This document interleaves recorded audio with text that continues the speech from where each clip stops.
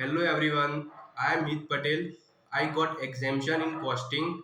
So let's talk about कि मैंने कहाँ कहाँ से क्लासेस लिए थे. So फर्स्ट ऑफ ऑल मैंने कॉस्टिंग के लिए पुरुषोत्तम अग्रवाल सर के यहाँ से क्लासेस लिए थे.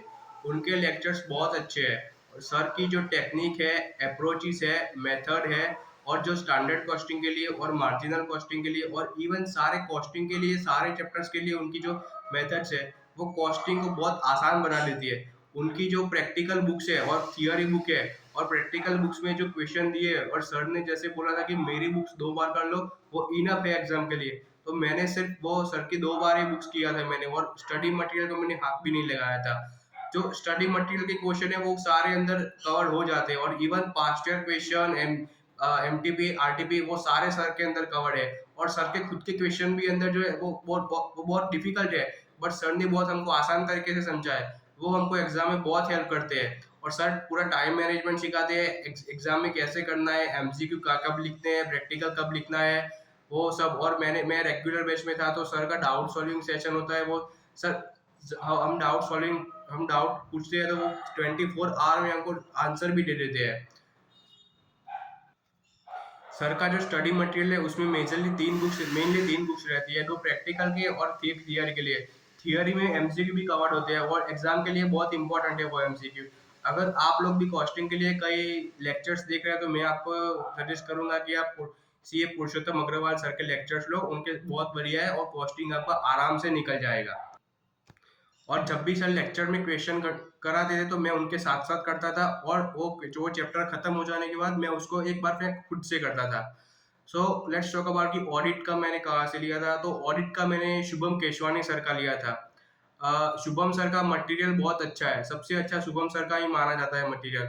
और जो उनका जो क्वेश्चन बैंक है, उनकी जो एमसीक्यू है और शुभम सर की जो पढ़ाने का स्टाइल है वो बहुत अच्छा है कि मतलब ऑडिट आराम से पूरा निकल जाता है, ऑडिट पूरा समझ में भी आ जाता है और पूरा एग्जाम भी हमारे पास भी हो जाता है एग्जाम में.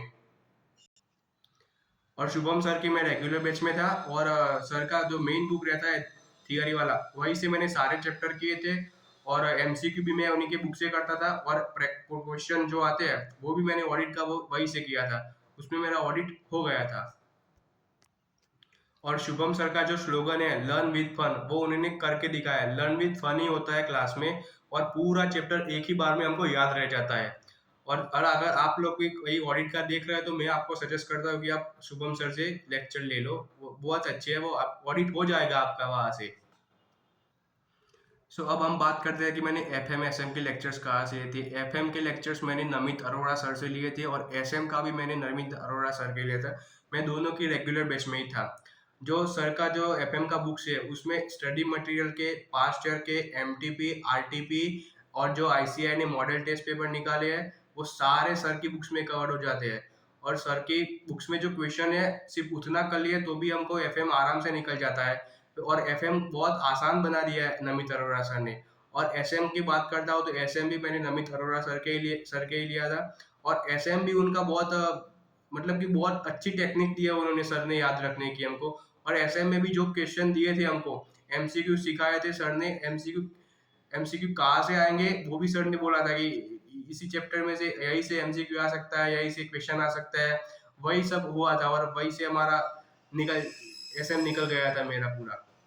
अगर आप भी एफ एम एस एम के लिए कहीं से देख रहे हो तो मैं आपको सजेस्ट करता हूँ कि आप नमित अरोड़ा सर से लेक्चर ले लो, बहुत बढ़िया है उनका. और ये रहा ग्रुप 2 का मेरा रिव्यू.